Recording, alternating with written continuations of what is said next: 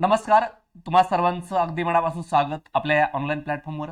मी सत्यनारायण चौरे. आपण नुकतीच परीक्षा दिली आहे 4 जानेवारीची महाराष्ट्र लोकसेवा आयोगाची कंबाईन ग्रुप बी पूर्व परीक्षा 2025 आणि त्याच्यानंतर आपण 11 तारखेला कंबाईन ग्रुप सी 2025ची पूर्व परीक्षा दिली आहे. एकंदरीत आता सगळ्यांचे तुम्ही काही व्हिडिओ पाहिलेच असतील, परंतु आपण 2024चा पेपर, 2024च्या जागा आणि यावेळेसच्या 2025चा पेपर आणि 25च्या जागा म्हणजे पेपरची काठिण्य पातळी वगैरे, तर याला थोडं कम्पेअर करून आपण एक अंदाजित कट ऑफ पाहणार आहोत. याच्यामध्ये जसं की आपण पेपर झाल्याच्या नंतर लगेच अंदाजित उत्तर तालिका टाकत असतो, म्हणजेच याच्यामध्ये काही एखाद दुसरा प्रश्न इकडे तिकडे होऊ शकतो, परंतु बऱ्यापैकी बरोबर असतात. तर तसंच ही अंदाजित आपण एक कट ऑफ, सगळं जे काय आपण सांगणार आहोत हे सर्व काही अंदाज असणार आहेत. अंदाज म्हणजे काय, 19-20 होऊ शकतं. म्हणजे आपण सांगितलं एक तर एखाद्या मार्कानं खालीवर होऊ शकतं, परंतु एक मुलांच्या मनामध्ये गेल्या वेळेसच्या कट ऑफमुळे गैरसमज बसलेत. म्हणजे 2024चा जो काही कट ऑफ लागला तो 62.5 आणि मग त्याच्या तुलनेमध्ये आता 25चा कट ऑफ काय लागू शकतो, तर या बाबतीमध्ये थोडंसं आपण डिस्कस करणार आहोत. लेक्चरला तुम्ही नवीन असाल तर चॅनलला सबस्क्राईब करा, व्हिडिओला लाईक करा आणि निश्चिंतपणे अभ्यासाला चालू करा. तुम्हाला याच्यामध्ये एक आणखी गुड न्यूज मी देतो आहे. याच्यामध्ये थोडीशी बघा, आपण जे कट ऑफ पाहत आहोत याच्यामध्ये एकच मिनिट, हा आपण 2024 आणि 2025ला कम्पेअर करून इथं आपण थोडंसं अनालिसिस करणार आहोत. बघा, 2024ला जर आपण पाहिला 2024चा पेपर, तर त्यासाठी एकूण 480 जागांची ही जाहिरात आली होती आणि हे 2025ला जर आपण पाहिलं तर 674ची ऑलरेडी ऍड आली आहे आणि याच्यामध्ये आपल्याला 84 जागांचं मागणीपत्र महाराष्ट्र लोकसेवा आयोगाकडे गेलेलं आहे. तुम्ही पाहिलंय, आरटीआय द्वारे आपण मागवलं ते.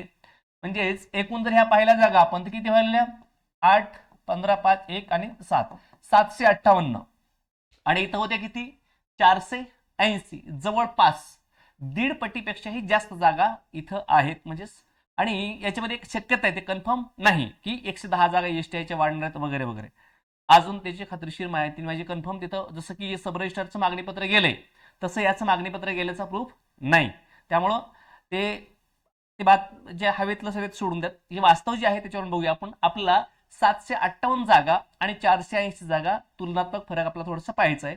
आणि याच्यामध्ये आणखी एक बाब अशी की आपण गेल्या वेळेसचा कट ऑफ जो आहे तो सब्जेक्ट कास्ट वाईज आपण इथं घेतलाय. एकच मिनिटामध्ये मी तुम्हाला तो ही इथं प्रदर्शित करून देतो.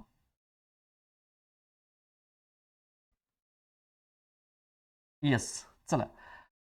आता गेल्या वेळेस ही 94 लिहिले मी, हे ओपनची जागा आहे, बरोबर आहे. आता तिथं मोस्टली जागा ओपन जास्त आहेत. एकंदरीत ह्या 758 पैकी ओपनला जास्त जागा नाही, जरी एसटीआयच्या नसल्या तरी सुद्धा. आणि एसटीआयला 110 मध्ये ऍडव्हान्स जर झाल्या असतात जर त्याचा प्रश्न वेगळा. पण जेवढ्या जागा ओपनला जास्त तेवढा ओपनचा म्हणजे जेवढा एकूण सरासरी कट ऑफ कमी. हे तुम्ही कधी अनालिसिस केलं असेल तर बघा, जर ओपनला जागा कमी असतील तर ओपनचा कट ऑफ हाय लागतो आणि कास्टचा कट ऑफ खाली येतो. पण जर ओपनला जागा जास्त असतील, कास्टला असोत किंवा कमी असोत किंवा नसोत, तर मात्र एकूण कट ऑफ खाली येत असतो. साधं गणित आहे. मग आपण ज्यावेळेस पेपरची काठिण्य पातळीचा आपण विचार केला आहे, दोन म्हणजे 2024च्या पेपरची काठिण्य पातळी कशी होती, अगदी आपण ह्याला अवघड म्हणू शकत नाही, मध्यम सुद्धा नाही, तर पेपर होता हा सोपा. म्हणजेच याच्यामध्ये आपल्याला सहज 70 मार्क्स घेतले होते. 60, 62, 65, 70 म्हणजे 55 मार्क तर शिल्लक होते, कुणी घेत होतं, अशा टाईपचा पेपर होता. आणि हा जो पेपर पाहिला आपला, तर याच्या तुलनेमध्ये सांगतो मी, याच्या तुलनेमध्ये हा जसा सोपा होता तो हा तसा कसा होता, मध्यम पातळीचा होता. म्हणजे अवघड होता का, नाही, हा अवघड नव्हता आणि हा सुद्धा अवघड नव्हता. मग राहिला कोणता, सोपा, मध्यम आणि अवघड. तर हा मध्यम पातळीचा पेपर होता जो 2025 झाला 4 तारखेचा. आणि हा जो पेपर आहे हा पेपर सोपा होता. सोपा होता म्हणूनच तेवढे मार्क्स मुलांना घेता आले आणि मग त्याचा परिणाम म्हणून याच्यामध्ये कट ऑफ झाला होता. आणि इथं बघा, आता हे मेलचं, आपण इथे जनरली मेलचा कट ऑफ मी इथं सांगतोय, म्हणजे बॉईज, आणि इथं फिमेलचा अंदाजे तुम्ही एकदा चेक करून बघा, सगळे स्थिर राहतं. ओपनचा जो कट ऑफ आहे इथं गेल्या सुद्धा 62.5 लागला होता. आणि ह्याच्यामध्ये बघा, महिलांचा जो मुलींचा असतो तो सरासरी 3 ते 4 मार्कांना कमी येतो. प्रत्येक कास्ट वाईजचा पण पहा तुम्ही की मुलींचा कट ऑफ आहे 3 ते 4 मार्कांना कमी, म्हणजे जास्तीत जास्त 4 मार्कांना किंवा 3 मार्क, 3.5 मार्क, 4 मार्क असा खाली आहे. म्हणजे 62 ऐवजी तर 59.25 अशा स्वरूपात किंवा 58.25, 75 असा. त्याच्यानंतर एससीचा जर कट ऑफ पाहिलाय तर एससीच्या कट ऑफ मध्ये, आता एससीचा कट ऑफचा गेल्या वेळेसचा कट ऑफ आणि यावेळेसचा कट ऑफचा आपला तुलना करून पाहिजे. त्यामुळे एसटीचा कट ऑफ लागला होता 61.5, म्हणजे किती कमी आला 0.5 ना, बरोबर आहे. त्याच्यानंतर एसटीचा कट ऑफ आहे 56.5 होता, 56.5. त्यानंतर इथं 57.75 ईडब्ल्यूएस आणि या ईसीबीसीचा सुद्धा कट ऑफ होता 62.5. आता याच्यामध्ये बघा इतर कास्टचे का नाही घेतले मी इथं, तर त्यावेळेस म्हणजे यावेळेसची जागा आहेत त्यावेळेसची जागा होत्या. पण आता एनटी डी असेल, एनटी डी सी असेल किंवा इतर एखादी कास्ट जी असेल याच्यामध्ये आपण घेतलं डीटीए वगैरे असेल, तर डीटीएस तरी एखाद्या मार्काने खाली येऊ शकतो, अर्ध्या मार्काने 1 मार्काने. पण एनटीडी एनटीसीचे कट ऑफ खाली येतच नाहीत. म्हणजे ओपन जनरल सेम हे कट ऑफ राहतात. हे एवढा कट ऑफ आहे, हे 61.5, 56.75, 57.75, सॉरी 56.5 आणि 57.75 आणि 62.5. आता एनटीडीचा पण हाच आहे, सीचा पण हाच आहे. म्हणजे एससीबीसी ओबीसी हे जी कट ऑफ आहेत हे कट ऑफ कसे सरसकट 1 लागले होते. आणि इथून सरासरी सगळेच कट ऑफ कसे आहेत हे 3 ते 4 मार्कानं मुलींच्या बाबतीमध्ये कमी आहेत. म्हणजे जर 60 इकडं मुलांचा लागला तर 56.5 ते 57 पर्यंत मुलींचा लागू शकतो. म्हणून हे 3 ते 4 मार्कांचा फरक मुलांच्या आणि मुलींच्या कट ऑफ मध्ये ठरतो प्रत्येक कास्टनुसार. ठीक आहे. एसटी मध्ये जर थोडासा जास्त फरक पडला तर एसटीच्या कास्टमध्ये पडू शकेल, परंतु इतर नाही. आणि मग आता हा जर आपण विचार केला तर एक लक्षात घ्या, इथं आपल्याला जी मुलं आहेत 480 गुणिले 12 केलं तुम्ही तर 1248 जवळपास इथं 7,000 मुलं घेतली होती त्यांनी. ठीक आहे. 12 पंचे 60, 7,000 समथिंग मुलं होती, तर 7,000 एवढे मुलं घेतले होते मेन्ससाठी. ठीक आहे. एकूण स्टुडंट किती घेतले होते, तर एवढे स्टुडंट घेतले होते 7,000 जवळपास. आता जर आपण पाहिलं 758 मध्ये तर 12चा रेशिओ आपण पकडतो. आता हा 12चा रेशिओ का पकडायचा असतो तुम्हाला त्याच्यामधलं एक आता माहिती असेलच, तुम्हाला नसेल तर इथं पाहून घ्याच की ज्यावेळेस ओपनचा कट ऑफ लागत असतो 758 जर आपण पाहिलं 758 गुणिले 12 तर 9,096 मुलं इथे येतात. ठीक आहे. म्हणजे 9,100 असं पकडा आपण. ठीक आहे. 9,100 आणि हा जो आकडा होता आपण सरासरी 700 पकडला आहे, परंतु याच्यामध्ये 480 हे 5,700 होते. 5,700 म्हणजे इथं 6,000चा आकडा आहे, 5,700चा. आता हा मी 5,700 इथं लिहिलाय आणि तिथं 9,100 लिहिलाय. याचं कारण सांगतो तुम्हाला मी. हा आकडा 7,000कडे जातो आणि हा आकडा सुद्धा 12-13,000कडे जातो. पण कसं जातो तो की ओपनचा कट ऑफ म्हणजे एकाच बारा कोणत्या घेतात, सरसकट एकाच बारा घ्यायचे आणि त्याच्यानुसार जर कास्टचा निकाल लागत असतो. म्हणजे बघा जर एससीला उदाहरणार्थ एससीला किती 10 जागा आहेत बरोबर, आणि एकूण जागांमध्ये एससीचे मुलं किती, आता एससीच्या 10 जागा आहेत तर एकाच 12 मुलं घ्यायचे असतात. 10 गुणिले 12 किती व्हायला लागले, 120 व्हायला लागले, बरोबर आहे. आता जे काही सरसकट एकाच 12 घेतलेत त्याच्यामध्ये एससीचे मुलं किती आहेत, तर समजा 70च मुलं आहेत असं पकडलं की त्या ओपनच्या कट ऑफ मध्ये 70 मुलं बसले एससीचे. ओपनचा कट ऑफ लागला समजा इथं 55 आणि याच्यामध्ये एससीचे मुलं किती आहेत, तर एकाच 12 प्रमाणे 120 यायला पाहिजेत. एससीचे मुलं ह्या कट ऑफच्या वर किती आहेत, 70 आहेत.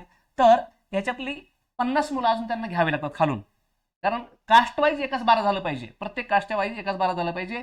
मग एकूणात हा कट ऑफ एकाच 17, 18, 16, 17, 18 कडे जातो. मग काय होतं, तर हे उरले किती 20 जागा, म्हणजे सॉरी किती उरले, हे 50 मुलं घ्यायचे खालचे. मग याच्या खाली 50 मुलं ऍड करायचे म्हटलं की ह्या 55 कट ऑफ येतो 52 कडे खाली. असा कास्ट वाईज लागत असतो. म्हणजेच ह्या 52चा कट ऑफ जर एसटीचा लागला तर 52 पासून प्लस मार्क्स असणारे एकाच 12, जर 10 जागा असतील तर 120 मुलं असं ते गृहीत धरलं होतं आणि तसा कट ऑफ काढतात. म्हणून इथं काय होतं की हा रेशिओ 9,100चा जवळपास 12-13,000 कडे जातो आणि हा रेशिओ जवळपास 7,000 7-7.5 जातो आणि ते गेलं तेवढं घेतलं त्यांनी. मग आता इथं जर आपण पाहिलं तर ही पेपर होता सोपा, हा पेपर होता मध्यम पातळीचा, अवघड नाही. बर इथं ओपनला आता पेपर जर याच्यापेक्षा थोडासा अवघड, आपण आता काय करू, तो पेपरच इथं अवघड आहे असं गृहीत धरू. जर त्या लेवलचा पेपर इथं आला असता तर हा कट ऑफ ह्या 62 ऐवजी किती आला असता, 60 कडे आला असता. म्हणजे 2.5 मार्कांना इथं कमी झाला असता जर त्या दरम्यान लेवलचा पेपर असता तर 2.5 न मायनस. ठीक आहे. बर आता इथं जागा किती आहेत, इथं जागा 480, इथं जागा 758. म्हणजेच इथल्यापेक्षा 1.5 पटीपेक्षाही जास्त मुलं तिथं घ्यायचे. म्हणजेच इथं 60% मुलं तर तिथं 100%. आणि ही जी वरची एक्स्ट्रा मुलं घेतली जाणार आहेत त्याच्यावरून जर आपण गेस काढला तर एकंदरीत 5 मार्कांनी हा कट ऑफ आणखी मायनस येऊ शकतो. 5 आणि 2 7.5 म्हणजेच 7.5 मायनस आपण जर याच्यातून केले किती 62.5 मधून, तर आपला सरासरी कट ऑफ राहायला पाहिजे ते किती 55 ओपन जनरलचा.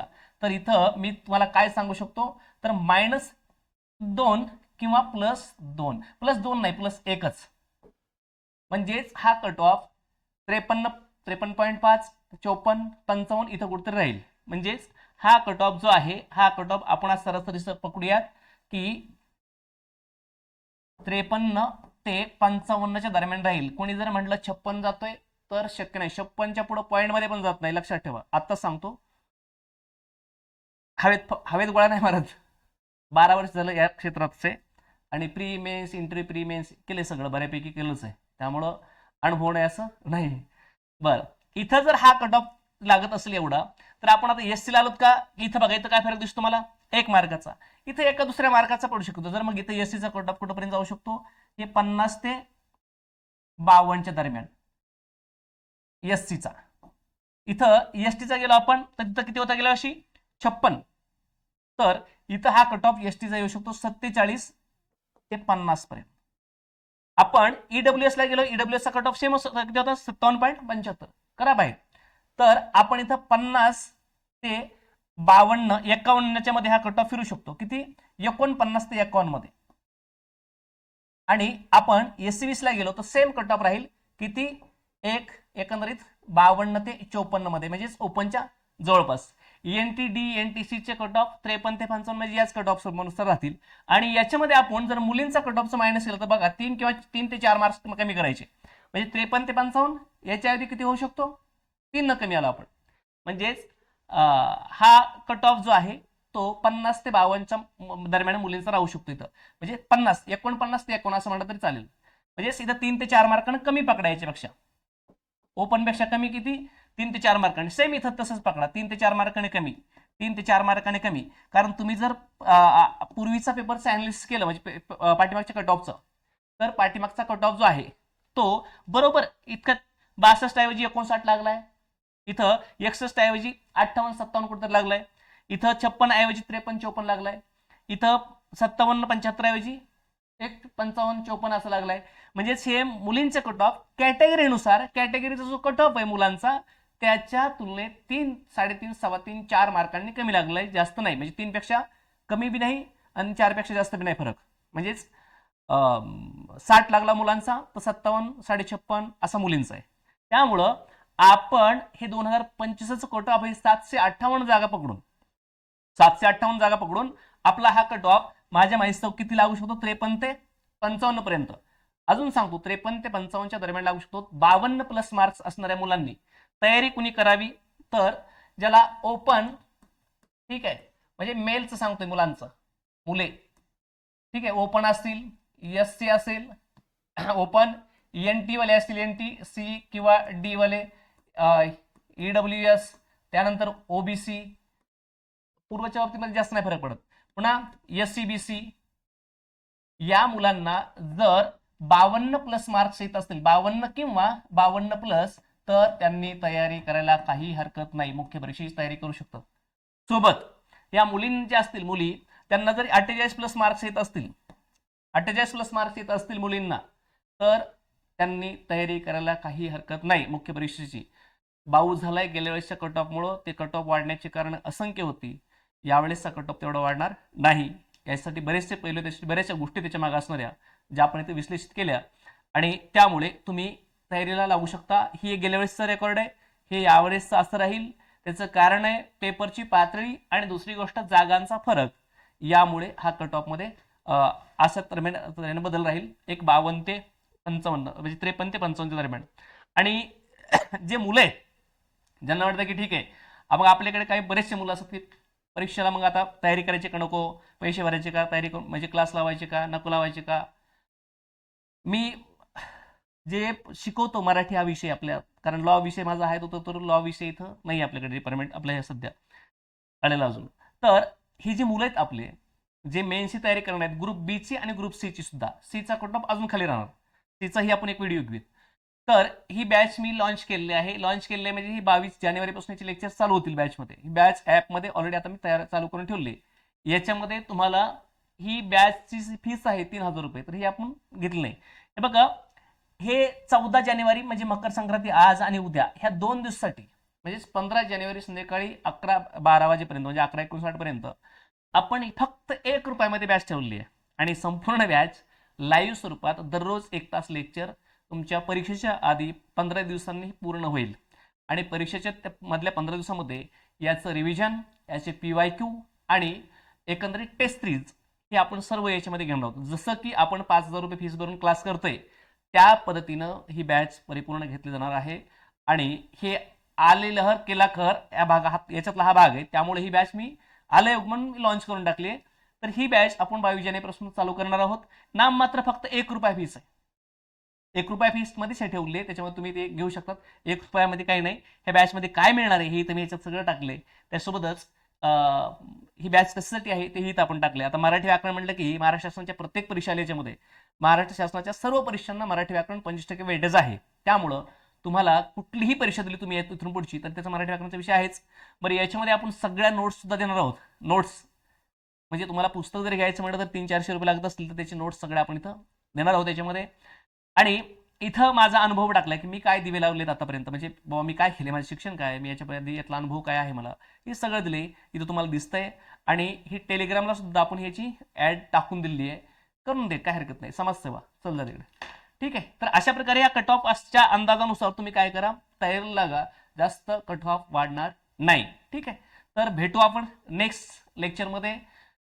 व्हिडिओला नवीन असेल तर व्हिडिओला लाईक करा आणि चॅनलला सुद्धा सबस्क्राईब करायला मात्र विसरू नका. धन्यवाद. जय हिंद, जय महाराष्ट्र.